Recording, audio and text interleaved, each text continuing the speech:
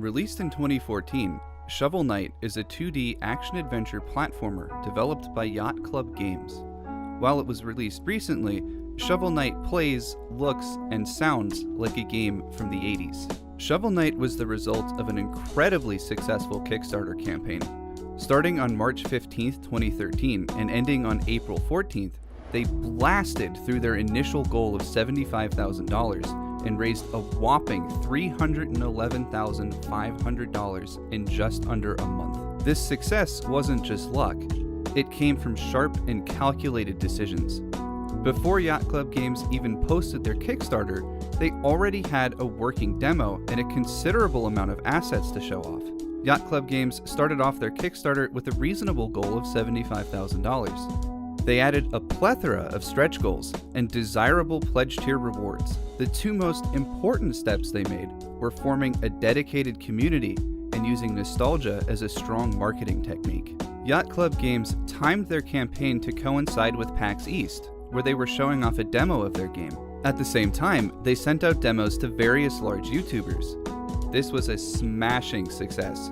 Shovel Knight became an overnight sensation, racking up millions of views on YouTube and being written about by gaming media outlets like Kotaku. Everyone was saying the same thing, that Shovel Knight was incredibly fun and hugely nostalgic.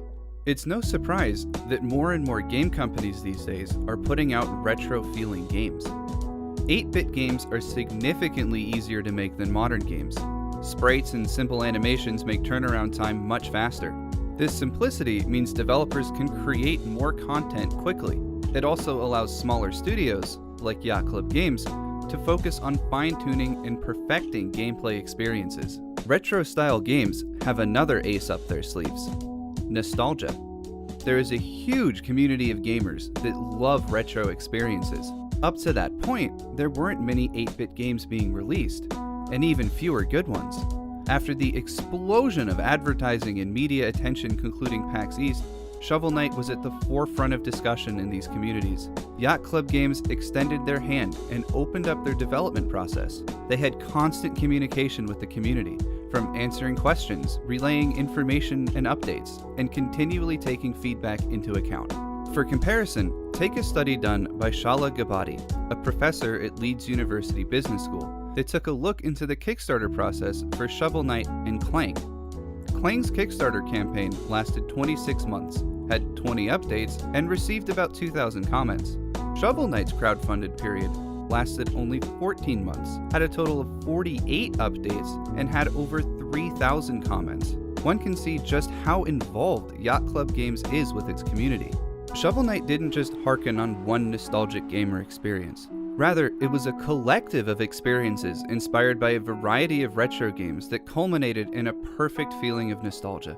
Matthew Thomas Payne, an associate professor at the University of Notre Dame and author of How to Play Video Games, said that Shovel Knight provides not just one particular NES moment, but a compilation of moments that together refer more to the collective memory of NES games than to how they actually operated individually at any given moment. The developers took inspiration from some of that area's heaviest hitters, like Mega Man, Super Mario, and Zelda 2.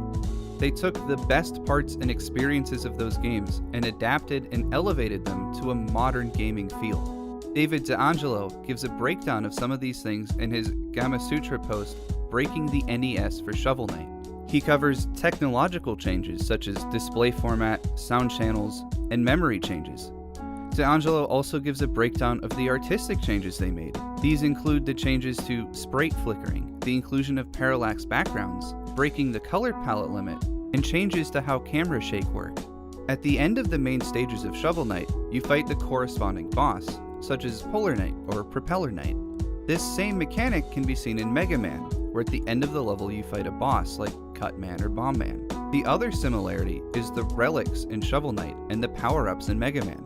In each stage, Shovel Knight can acquire a new relic, giving him a new permanent ability. The same is seen in Mega Man, where after defeating each boss, the player received the boss's signature attack. While not all relics tied directly into the stage, some fit thematically, such as the mobile gear in the Clockwork stage and the Dust Knuckles from the Lost City.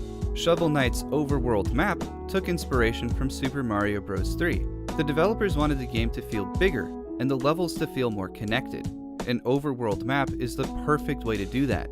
It gives a feeling of an open world, lets players have choice in the path they take. Zelda 2 inspired Shovel Knight's down attack, where he bounces off of enemies and environments, much like Link does. They iterated on this, allowing the player to tunnel through dirt blocks, and incorporated the down smash into various puzzles. Selling over 2.5 million copies, Shovel Knight has become one of the best and most successful indie retro games. As of today, there have been multiple DLCs and spin-off games like Shovel Knight Pocket Dungeon, Shovel Knight Dig, and Shovel Knight Showdown. They're currently working on a 16-bit sequel. The success of Shovel Knight was due to a perfect execution on the part of Yacht Club Games. By appealing to retro nostalgia, they were able to lighten their load on the development process. This allowed them to create exceptionally refined gameplay and have quick turnaround, while also pulling in the massive and devoted retro gaming community.